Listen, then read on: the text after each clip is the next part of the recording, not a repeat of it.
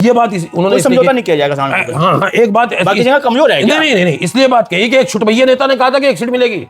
एक छुटभैया नेता है, उसे इत्तेफाक से इमरान मसूद की वजह से उसके आगे पूर्व विधायक लग गया, तो उसने वो बयान दिया था, तब उन्होंने कहा कहने यहाँ तो बहुत सबसे ज्यादा मजबूत एक कांग्रेस का एक मुसलमान MP इमरान मसूद है।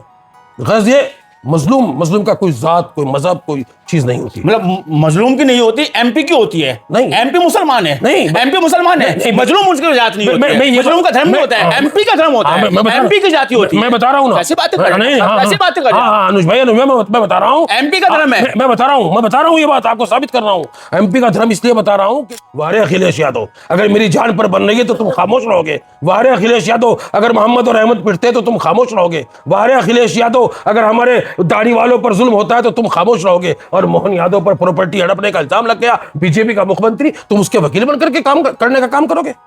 कि जो राम के नाम पर चंदा खा गए, जिन्होंने राम के नाम को लेकर के इस देश में लोगों के बीच में नफरतें फैलाई, जो हिंदुओं के सबसे बड़े अलंबरदार बन रहे थे, जो हिंदुओं का सबसे बड़ा झंडा लेकर के चल रहे थे कि जो बीजेपी में है वो हिंदू है, जो बीजेपी में नहीं है वो हिंदू नहीं है, उस दौर में भी अगर बोलने का कोई काम कर रहा है तो उसका नाम इमरान मसूद है। इमरान मसूद है, नहीं, मुसलमान इमरान मसूद है, पक्का और सच्चा मुसलमान है, इसलिए बोल रहा है, इसलिए बोल रहा है। इमरान मसूद जो है हिंदू ने बनाया है, मुसलमान ने बनाया, 36 बिरादरी ने इमरान मसूद है।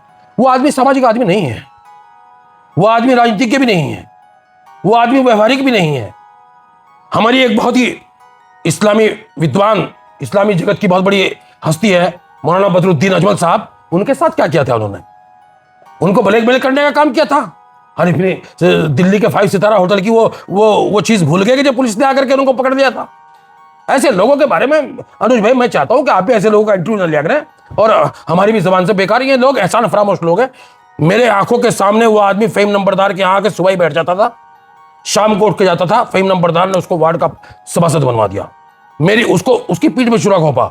उसके बाद राजेंद्र राणा का दामन पकड़ा, उसने उसको देवबंद नगर पालिका का चेयरमैन बना दिया, अपना PRO बना करके उसकी पीठ में छुरा घोंपा। और उसके बाद उसने इमरान मसूद का हाथ पकड़ा, उसने उत्तर प्रदेश की सबसे बड़ी पंचायत में उसको पहुंचाने का काम कर दिया, उसकी पीठ में छुरा घोंपा।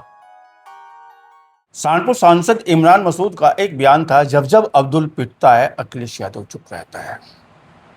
उसको लेकर प्रतिक्रिया जारी हो, समाजवादी पार्टी के नेताओं ने बड़ी कड़ी प्रतिक्रिया दी है, और न केवल प्रतिक्रिया दी है, अब शब्दों का भी प्रयोग किया है। अब शब्द न केवल इमरान मसूद जैसी शख्सियत को लेकर बल्कि कांग्रेस पार्टी को लेकर भी है, अब शब्दों का प्रयोग किया गया। शायद आपने सोशल मीडिया पे देखा होगा, और नाराजगी जता रहे कांग्रेस पार्टी के और इमरान मसूद के समर्थक, तमाम समर्थक। उनमें से डॉक्टर रागिब अंजुम तो बड़े नाराज हैं, गुस्से में, आक्रोश में है। कह रहे हैं कि कांग्रेस पार्टी हमारी माँ है और इमरान मसूद हमारे नेता है। कैडे से जवाब दिया जाएगा। रागिब अंजुम डॉक्टर साहब हमारे साथ में, आपका बहुत स्वागत है। बहुत बहुत शुक्रिया अनुज भाई, आपने याद किया, आपने हमें याद रखा, इसके लिए बहुत बहुत शुक्रिया, आपका चैनल का शुक्रिया। शुरुआत यहीं से करते हैं कि जब अब्दुल पिटता है, इस बयान को कहाँ तक आप सच मानते हैं? इमरान मसूद साहब का बयान है, अखिलेश यादव बड़े नेता माने जाते हैं, मुस्लिम समाज का बड़ा हिस्सा जो होता है, मुस्लिम समाज भी है, अखिलेश यादव उनकी पार्टी के साथ चलने का कार्य करते हैं। आपने 2022 में देखा भी होगा, पार्टी के जिला अध्यक्ष भी उस समय थे। क्या कोई प्रश्नवाचक चिन्ह खड़ा किया जा सकता है अखिलेश यादव और उनकी कार्यशैली पे मुसलमानों को लेकर?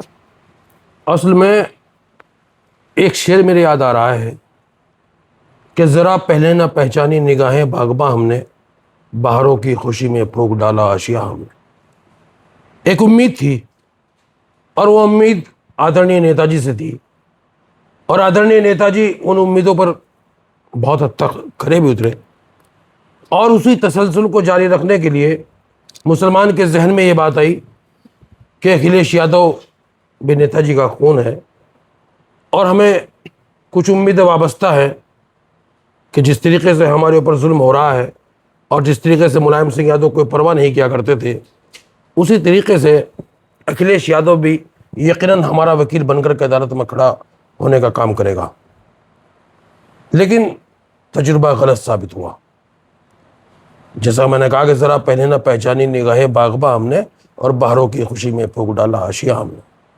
तो हमारा तजुर्बा गलत ये हुआ, जब आम मुसलमानों पर जुल्म हो रहा था तो अखिलेश तब भी खामोश थे। अखिलेश जी लेकिन जब उनकी पार्टी के विधायकों और सांसदों पर भी जुल्म होने लगा और वो खामोश रहे, तो हम सोचने पर मजबूर हो गए कि आखिर कौन सी सियासत करना चाहते हैं अखिलेश जी।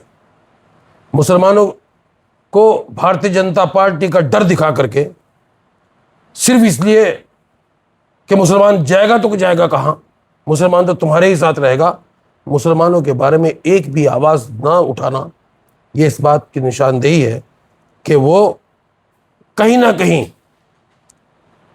इस चीज़ को समझ चुके हैं कि अगर मुसलमानों के बारे में बोलेंगे तो उनकी सियासत को ख़तरा हो सकता है। तो आज हमारा पैगाम भी यही मुसलमानों से कि मुसलमानों, ऐसे नेताओं से होशियार हो जाओ जो हमारा इस्तेमाल तो करते हैं लेकिन वक्त पर कभी हमारे काम नहीं आते। तो रहनुमाई कौन करेगा? बड़ा सवाल है इस तरफ आपकी तरफ। मुसलमानों की रहनुमाई जो अखिलेश यादव के रूप में देखने को मिल रही थी, नेताजी मुलायम सिंह यादव के देखने को मिल रही थी, आपने तो उस पर प्रश्नवाचक लगा दिया और आपके नेताजी ने भी लगा दिया जब तक अब्दुल पिटता है। अनुज भाई, बात ये नहीं है, इस दौर में, जिस दौर में जिंदा है, सांस ले रहे हैं, इसमें जुल्म इस कदर हावी हो गया और कोई कौम नहीं बच रही है। न दलित बच रहा है, न मुसलमान बच रहा है, न ब्राह्मण बच रहा है और न पिछड़े बच रहे हैं। सब पर जुल्म हो रहा है और अगर कोई उसके खिलाफ आवाज़ उठाने की कोशिश करता है तो उसको सरकार मुकदमों में लाद कर जेल भेजने का काम करती है। जब हम निगाह दौड़ाते हैं हिंदुस्तान के नक्शे पर तो एक तस्वीर उभर करके आती है और मेरे वो चीज़ याद है कि अब से शायद 3 साल पहले राहुल गांधी ने कहा था कि राहुल गांधी मर तो सकता है लेकिन आरएसएस की चौखट पर सर नहीं झुका सकता, और उसने अपने काम के जरिए से वो साबित करने का काम किया।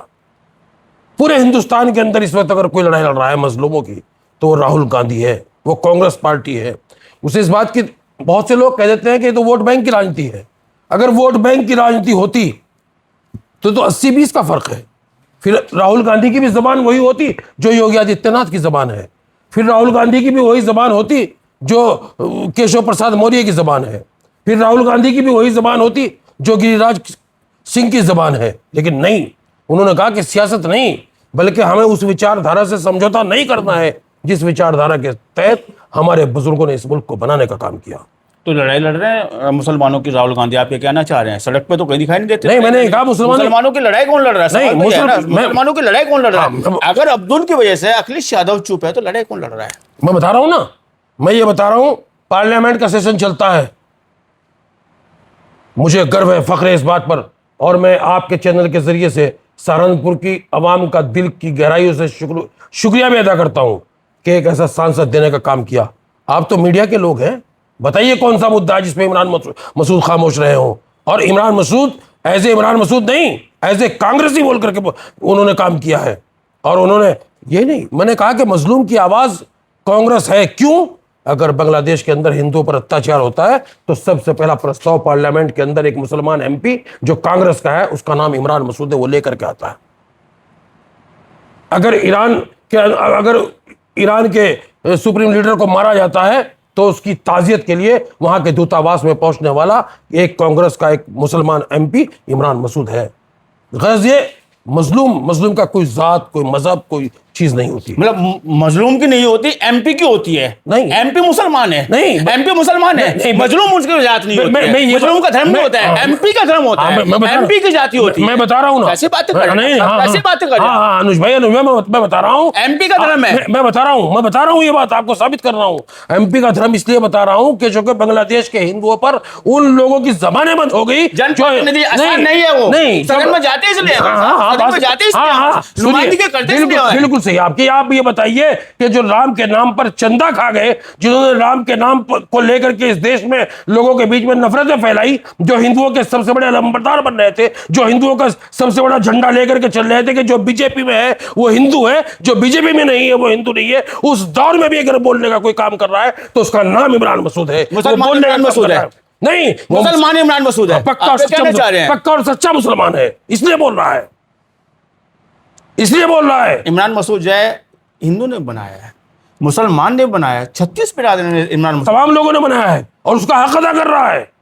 सिर्फ इसलिए नहीं कि मुसलमान पे बहराइच में जुल्म हो रहा, संभल में जुल्म हो रहा और जगह लोगों को चलते को छेड़ा जा रहा, तो उस पर इमरान मसूद बोल रहा। मैंने आपको यही बताया, मैं इसलिए बता रहा हूं आपको कि बांग्लादेश के हिंदुओं पर अत्याचार हुआ तो उस पर भी इमरान मसूद बोला। तो आप ये कहना चाह रहे हैं नेशनल लेवल पे जितने मुसलमानों पे जुल्म हो रहे हैं, मजलूम में जुल्म हो रहे हैं, तो इमरान मसूद बोलते हैं, कोई दूसरा नहीं बोलता है। इमरान मसूद बोलते हैं, कांग्रेस पार्टी बोलती है, हमारे नेता राहुल गांधी बोलते हैं, प्रियंका गांधी बोलती है।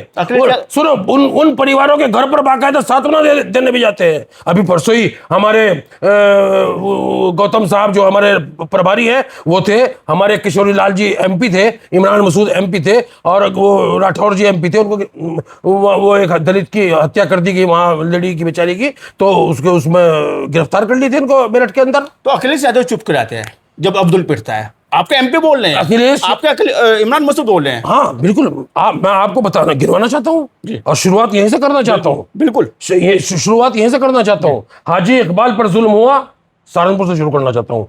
अखिलेश यादव चुप, जबकि अपनी सरकार में 5 साल ठेके दिए, हाजी इकबाल को पैसा कमाया, तब नहीं बोले। बराबर में चले जाइए, कैराना से नाहिद हसन जेल में डाल दिए गए, एक लफ्ज नहीं निकला। बराबर में चले जाइए, आपके इरफान सोलंकी कानपुर के अंदर जेल में चले गए, एक लफ्ज नहीं बोले। अतीक का कत्ल कर दिया गया, एक लफ्ज नहीं बोले। अशरफ का कत्ल कर दिया गया, एक लफ्ज नहीं बोले। मुख्तार को मार दिया गया जहर दे करके, एक लफ्ज नहीं बोले। और आजम खान साहब जिन्होंने इस पार्टी को बनाने में अपना खून देने का काम किया हो, जो इस पार्टी के मात्र शायद एक फाउंडर बच रहे हो, जहां तक मेरी नॉलेज का वो है, वो आदमी जेल की सलाखों के अंदर है और एक लफ्ज बोलने के लिए तैयार नहीं है, एक आंदोलन करने के लिए तैयार नहीं है। और जरा सा कोई मामला हो जाए उनकी बिरादरी के किसी आदमी का, हालांकि मैं ये कहना चाहता हूं अगर उनकी बिरादरी का भी कोई मजलूम है तो उसके भी हसारती हम हैं। चूंकि इस तरह मुल्क नहीं चलता। तो कितनी मिसालें आपको देने का काम करूं मैं। चुप्पे की वजह आप क्या मानते हो और आपके नेता क्या मानते हैं? अखिलेश जी मानते हैं कि हिंदू नाराज हो जाएंगे। राहुल गांधी को ये डर नहीं है। राहुल गांधी ये कहता है कि मैं रहूं या ना रहूं, लेकिन ये विचारधारा जिंदा रहनी चाहिए, ये भाईचारा जिंदा रहना चाहिए, ये मोहब्बत और प्यार जिंदा रहना चाहिए। नहीं, विश्वास तो उन पर मुसलमान जताता है ना, अखिलेश यादव पे ज्यादा। अगर परसेंटेज, मैं आंखों से वो पर्दा उठाना चाहता हूँ, मैं आंखों से वो पर्दा उठाना चाहता हूँ कि हमारे मुख्यमंत्री मोहन यादव की परिवार पर इल्जाम लगता है कि उन्होंने प्रॉपर्टी बना ली, तो उसके बचाव में अखिलेश यादव उतरते हैं। वारे अखिलेश यादव, अगर मेरी जान पर बन रही है तो तुम खामोश रहोगे। वारे अखिलेश यादव, अगर मोहम्मद और अहमद पिटते हैं तो तुम खामोश रहोगे। वारे अखिलेश यादव, अगर हमारे दाढ़ी वालों पर जुल्म होता है तो तुम खामोश रहोगे। और मोहन यादव पर प्रॉपर्टी हड़पने का इल्जाम लग गया, बीजेपी का मुख्यमंत्री, तुम उसके वकील बनकर के काम करने का काम करोगे। बीजेपी के लिए काम कर रहे हैं? मैं नहीं कहता किसके लिए काम कर रहे हैं, तो बोल रहे हो। नहीं मैं नहीं कह रहा हूँ। मुख्यमंत्री किसके हैं? नहीं, मुख्यमंत्री बीजेपी के, उसकी वकालत कर रहे हैं वो। ये सरेआम ये बात कह रहा हूं। और अब ये मीडिया है, आपकी सोशल मीडिया, इसने तमाम लोगों की आंखें खोलने का काम कर दिया। डॉक्टर साहब, बड़ा सवाल यह है कि उत्तर प्रदेश में जब चुनाव नजदीक आ रहे हैं और बयानबाजी का दौर जारी हुए, ऐसे में गठबंधन कैसे बचेगा? नहीं, एक बात सुनिए, आप तो सीधा अखिलेश यादव जी पर हमला बोल रहे हैं। देखिए, कोई उस आड़ में कोई भी है, हम अब जाग चुके हैं और बिलखुसूस वो मजलूम अब जाग चुका है। अब किसी का बंधुआ मजदूर नहीं रहा, वो दौर अब चला गया। मैं इसलिए कहना चाहता हूं, हमारी जौहर यूनिवर्सिटी पे अभी 14 बिल्डिंग्स का नोटिस दे दिया गया, समाजवादी पार्टी की तरफ से एक बयान तक आने का काम नहीं हुआ। अब कांग्रेस के अलावा कोई विकल्प नहीं बचा हुआ है। और अगर गठबंधन करना है तो बराबरी की उस पर गठबंधन होगा। ये हमारा प्रदेश नेतृत्व, कल आपने आदरणीय अजय राय जी का भी बयान सुन लिया होगा कि पूरी पार्टी इमरान मसूद के साथ खड़ी हुई है। मानते हैं कि 200 प्लस आपको सीटें मिल जाएंगी? आप बराबरी की बात कर रहे हैं, बराबरी की आप बात कर रहे हैं। वो 17-63 वाला तो वो तो परसेंटेज खत्म हो गया, आपने नकार दिया उस चीज को। बिल्कुल नकार दिया। तो मानते हैं कि 200 प्लस पर आप जाए, ये हमारा राष्ट्रीय नेतृत्व तय करेगा। लेकिन बहरहाल ये कि हम बराबर बात तो हाँ, मैं तो एक अदना सा कार्य करता हूँ, लेकिन मैं ये कहना चाहता हूँ कि हम बराबर अदने से कार्य करता, लेकिन सहारनपुर से आवाज निकलती है, सातों पर लड़ाऊंगा। हाँ, सातों पर लड़ेंगे, इंशाल्लाह सातों पर लड़ेंगे। अपनों को लड़ाऊंगा। हाँ, अपने ही है, जो कांग्रेसी है वो अपने ही है। फिर आता है बयान की 403 पे हमें लड़ेंगे। हाँ, 403 नहीं, तैयारी है हमारी। देखिए, मैं कह रहा तैयारी है। अगर राष्ट्रीय नेतृत्व गठबंधन करेगा तो हम ऐसा नहीं होता कि हम राष्ट्रीय नेतृत्व की बात को नकार दें, लेकिन अपनी तैयारी हमें 403 पर रखनी थी, वो हमारी है। नहीं, एमपी साहब, हमारे नेताजी तो बोल रहे हैं कि जय सहारनपुर में बड़ी मजबूत है कांग्रेस, तो बाकी जगह क्या कमजोर है? नहीं, यहाँ सहारनपुर के वो ये बात उन्होंने समझौता नहीं किया जाएगा सहारनपुर। हाँ, एक बात बाकी जगह कमजोर है। नहीं, इसलिए बात कही कि एक छुटभैया नेता ने कहा था कि एक सीट मिलेगी। एक छुटभैया नेता है, उसे इत्तेफाक से इमरान मसूद की वजह से उसके आगे पूर्व विधायक लग गया, तो उसने वो बयान दिया था, तब उन्होंने कहा कहने यहाँ तो बहुत सबसे ज्यादा मजबूत। वो तो कह रहे हैं कि गठबंधन की जरूरत नहीं है। कौन कह रहे हैं कौन है वो जो ये कह रहे? समझ पा रहे तो हम अगर उनको जरूरत है तो हमें उनसे पहले शब्दों का चयन भी बहुत बढ़िया हमें है। उनसे पहले जरूरत नहीं है, ये वो तय करे। ये हमारे दम है जो 37 MP जीत करके आ गए। ये राहुल गांधी का दम है कि जो 37 MP उन्होंने जितवाने का काम कर दिया। तूफान था, लहर थी राहुल गांधी की। आसान बताते हैं इमरान मसूद पे। किसका? हम ना होते तो कैसे जीतते। अच्छा, हाँ, वनवास से बाहर आ गए। अच्छा, हाँ, और वो किसने बताई ये बात आपको? अरे हाँ हाँ, फिर भी किसने आपको बताई? लोग साहब जब बड़े समझदार बौद्धिक व्यक्ति है, नहीं, आपको नहीं पता सोशल मीडिया पे तमाम लोगों के बयान आते हैं ऐसे नहीं, फिर कि भी। इमरान मसूद को जिताने वाला एक गठबंधन था अच्छा, और आप आसान नहीं मानते। और पीठ में छुरा घोंपने वाला कौन था? वो तो आप बताएंगे ना, हैं? वो तो आप बताएंगे। पीड़ा तो आपको है ना, छुरे की दिक्कत तो जो होएगा वही बताएगा ना। ये जब वक्त आएगा सब चीजें अनुज भाई आपके सामने रख देंगे हम निकाल करके, दूध का दूध और पानी का पानी। और मैं ये कहता हूं कि सामने वाला मुखालिफ अच्छा होता है, लेकिन साथ चलने वाला मुखालिफ सबसे खराब होता है। लगता है 2027 में वही काम होगा हमारी तरफ से तो होगा नहीं ना, हमने कभी जिंदगी में किया। हम तो हमारा राष्ट्रीय नेतृत्व जो कहेगा उसके मुताबिक पूरे तरीके से तन मन धन से चुनाव लड़ने का काम करें। जैसे अभी बयान आया है पूर्व विधायक जिनका आप बात कर रहे हैं कि जय इमरान मसूद साहब की वजह से उनके नाम के आगे जय और नाम के पीछे पूर्व विधायक लग गया है, और उन्होंने जिस शब्दों का प्रयोग किया गया है, क्या लगता है वो शब्द पोषक राजनीति का हिस्सा हो सकता है? वो आदमी सामाजिक आदमी नहीं है, वो आदमी राजनीतिज्ञ भी नहीं है, वो आदमी व्यवहारिक भी नहीं है। हमारी एक बहुत ही इस्लामी विद्वान, इस्लामी जगत की बहुत बड़ी हस्ती है मौलाना बदरुद्दीन अजमल साहब, उनके साथ क्या किया था उन्होंने? उनको ब्लैकमेल करने का काम किया था। अरे फिर दिल्ली के 5 सितारा होटल की वो चीज भूल गए कि जब पुलिस ने आकर के उनको पकड़ लिया था। ऐसे लोगों के बारे में अनुज भाई मैं चाहता हूं कि आप भी ऐसे लोगों का इंटरव्यू न लिया करें, और हमारी भी जबान से बेकार ये लोग एहसान फरामोश लोग हैं। मेरे आंखों के सामने वो आदमी फहीम नंबरदार के यहाँ आके सुबह ही बैठ जाता था, शाम को उठ के जाता था। फहीम नंबरदार ने उसको वार्ड का सभासद बनवा दिया, उसकी पीठ में छुरा घोंपा। उसके बाद राजेंद्र राणा का दामन पकड़ा, उसने उसको देवबंद नगर पालिका का चेयरमैन बना दिया, अपना PRO बना करके उसकी पीठ में छुरा घोंपा। और उसके बाद उसने इमरान मसूद का हाथ पकड़ा, उसने उत्तर प्रदेश की सबसे बड़ी पंचायत में उसको पहुंचाने का काम कर दिया, उसकी पीठ में छुरा घोंपा। वफा की उम्मीद किसी बेवफा से क्यों सिहारात से चांद नहीं मांगते हो? ये लोग नहीं, ये तो भूमाफिया लोग हैं। इनके बारे में ज्यादा, बल्कि मैं तो आपसे भी ये कहूंगा कि अपने इस मीडिया के से अपने चैनल को चलाओ, लेकिन ऐसे लोगों से इसमें गंदगी पैदा होती है। कहने की 10,000 वोट नहीं मिल पाएंगे देवबंद में 27 के चुनाव में। आप उससे पूछिए कि जब अभी मेंबर पार्लियामेंट का चुनाव इमरान मसूद लड़ा कि तुमने विरोध किया कि नहीं किया? तुमने एक जगह किसी को कहा, उसके बाद भी क्यों मिले वोट? तुम्हारे हाथ में वोट नहीं है। ये जनता, सहारनपुर की जनता अपने दिलों के अंदर बसाती है इमरान मसूद को, अपने दिलों के अंदर रखती है इमरान मसूद को। तुम जैसे लोग तो बहुत लाइन में खड़े हुए हैं। बहुत मतलब आप ये कह रहे हैं कि गठबंधन होगा तो छुरा घोंपा जाएगा फिर से उनकी तरफ से, ये मैं बता रहा हूं, उनकी तरफ से, पक्का उनकी तरफ से देख लेना आप, ये मैं आपको बता रहा हूं। तो क्या लगता है कि सहारनपुर में गठबंधन रहेगा? देखिए इस बारे में तो मैं नहीं कहता, मैंने फिर यही कहा क्योंकि आप तो कह रहे हैं कि छुरा घोंपने का कौन घोंपवाएगा बार बार छुरा? नहीं, देखिए राष्ट्रीय नेतृत्व तय करेगा तो गठबंधन रहेगा कि नहीं रहेगा। हमारी तैयारी 7 सीटों पर है और जम कर तैयारी है, बढ़िया वाली तैयारी है। नंबर लग जाएगा आपका भी?